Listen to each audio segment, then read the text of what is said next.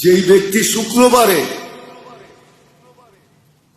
জুমার নামাজের পরে 7 বার সূরা ইখলাস, 7 বার ফালাক, 7 বার নাচ পড়বে, আগামী শুক্রবার পর্যন্ত সমস্ত বিপজ্জনক রোগ ব্যাধির থেকে নিরাপদ থাকবে।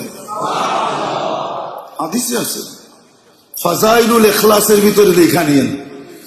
ফাজাইলুল ইখলাস একটা কিতাব আছে, যারা উলামা আছে এদেরকে বলতেছে, ফাজাইলুল ইখলাস একটা কিতাব আছে, ওটার ভিতরে লেখা আছে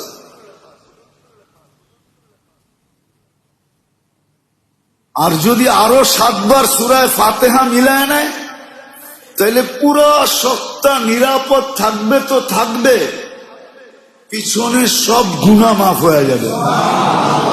কাফারাতুজ যুনুব।